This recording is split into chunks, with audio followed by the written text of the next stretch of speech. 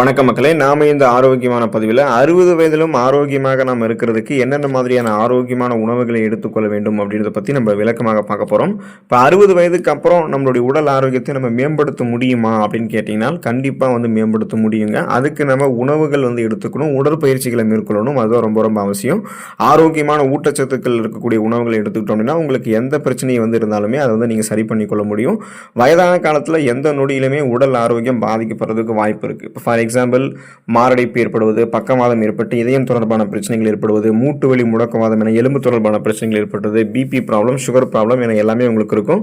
மனநலம் தொடர்பான பிரச்சனையுமே இருக்கும். ஸோ இது எல்லாத்தையுமே கியூர் பண்ணி மனநலத்தையும் உடல் ஆரோக்கியத்தையும் மேம்படுத்திக் கொள்வதற்கு என்னென்ன மாதிரியான நடவடிக்கைகளை மேற்கொள்ளணும் அப்படின்றத விளக்கமாக பார்ப்போம். அதை பற்றி பார்க்குறதுக்கு முன்னாடி இந்த வீடியோவுக்கு மட்டும் ஒரு லைக்கை கொடுத்துட்டு இந்த தகவலை உங்களுக்கு தெரிஞ்சவங்களுக்கும் ஷேர் பண்ணிவிடுங்க. ஏன்னா இது அவங்களுக்கும் பயனுள்ளதாக இருக்கக்கூடிய ஒரு ஆரோக்கியமான பதிவு தான்.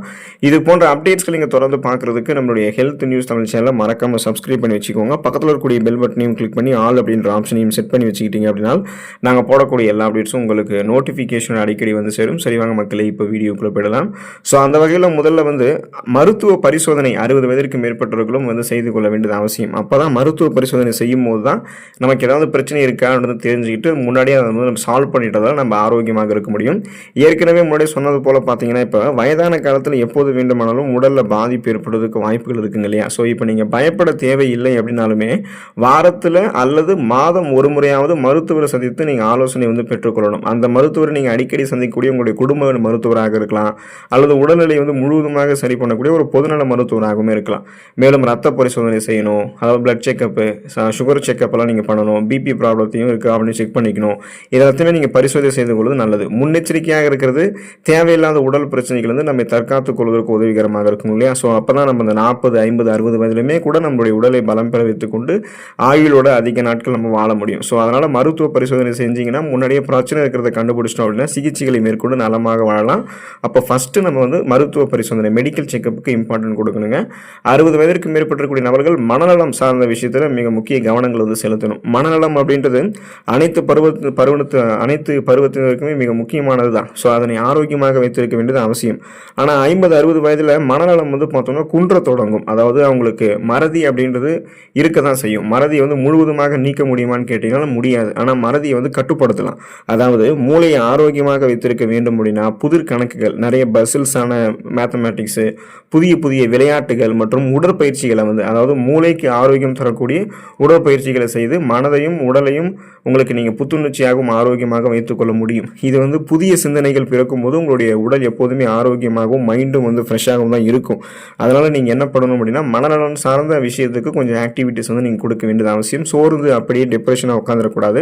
60 வயதிற்கு மேற்பட்டிருக்கக்கூடிய நபர்கள் எப்போதுமே பாசிட்டிவ் தாட்ஸ் தான் அவங்க வச்சிருக்கணும். நேர்மறையான சிந்தனைகளை வச்சிருக்கணும். நெகட்டிவான சிந்தனைகள் எல்லாம் ஓரமாக ஒதுக்கி வச்சிருக்கிறது நல்லது.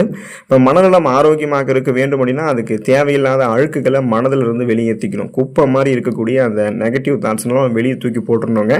எப்போதுமே நேர்மறையாக மட்டும்தான் நம்ம சிந்திக்கணும். ஒவ்வொரு செயலில் நல்ல எண்ணத்துடன் நம்ம அணுகும் போது உடலும் மனதும் அமைதியாகவும் தெளிவாகவும் இருக்கும். அந்த செயல் நல்லபடியாக நமக்கு நடந்து முடியும். மேலும் நேர்மறை சிந்தனைகளை வளர்த்துக் கொள்வதற்கெல்லாம் அது ஹெல்ப் பண்ணும். அப்போ நாம் என்ன பண்ணணும்? இந்த பாசிட்டிவ் ரெஸ்பான்ஸோட எப்போதும் இருக்கணும்னா அதுக்கு என்ன ஆக்டிவிட்டிஸ் பண்ணணும்னா யோகா, தியானம், மூச்சு பயிற்சி, இந்த மாதிரி நிறைய பயிற்சிகளை நீங்கள் செய்யலாம். சுவாச பயிற்சிகள் கூட உங்களுடைய மனதை ஒழுங்குபடுத்தக்கூடியதாக தான் இருக்கும்.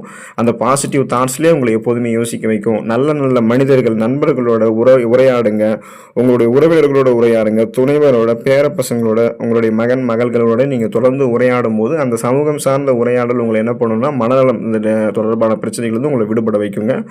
ஆழ்ந்த உறக்கம் அப்படின்றது 60 வயதிற்கு மேற்பட்டவர்களுக்கு இருக்க வேண்டியது ரொம்ப ரொம்ப அவசியம். இப்போ பார்த்தீங்கன்னா இளைஞர்கள் அதிகமாக தூங்கவே மாட்டாங்க. அவங்களுக்கு இரவு நேரங்களில் தூக்கம் வராது. அதுக்கப்புறம் முதியவர்களுக்கும் கூட பார்த்தீங்கன்னா தூக்கம் வராது தான். ஸோ அவங்களும் அந்த தூக்கமின்மை பிரச்சனையால் பாதிக்கப்பட்டிருப்பாங்க. முடிந்த வரையிலும் ஆழ்ந்த உறக்கம் வருவதற்கான அத்தனை நடவடிக்கைகளை மேற்கொள்ளுங்க. 60 வயதிற்கு மேற்பட்டவர்கள் தூக்கம் நன்றாக உறங்கினாங்க அப்படின்னா அவங்களுக்கு எந்த பிரச்சனையும் இருக்காது.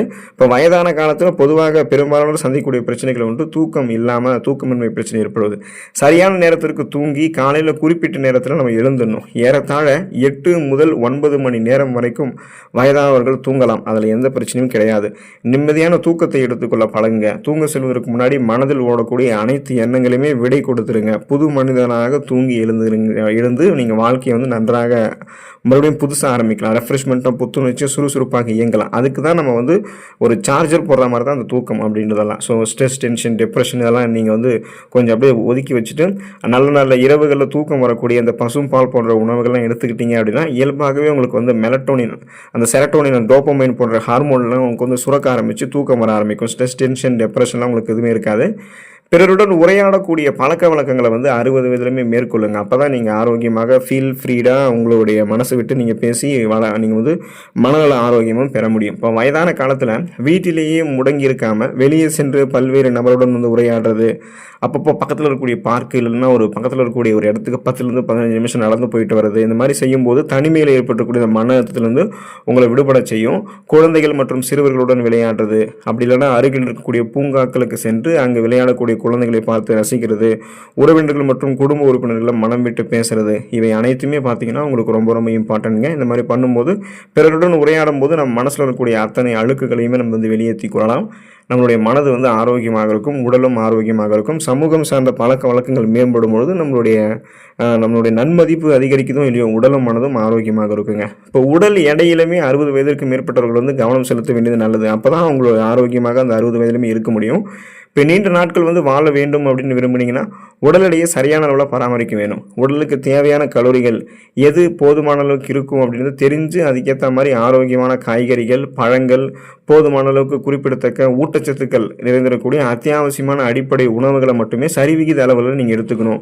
ஜீரண கோளாறுகளை ஏற்படுத்தக்கூடிய உணவுகள்லாம் அந்த 50-60 வயதில் முற்றிலுமாக நீங்கள் தவிர்த்துடணும்.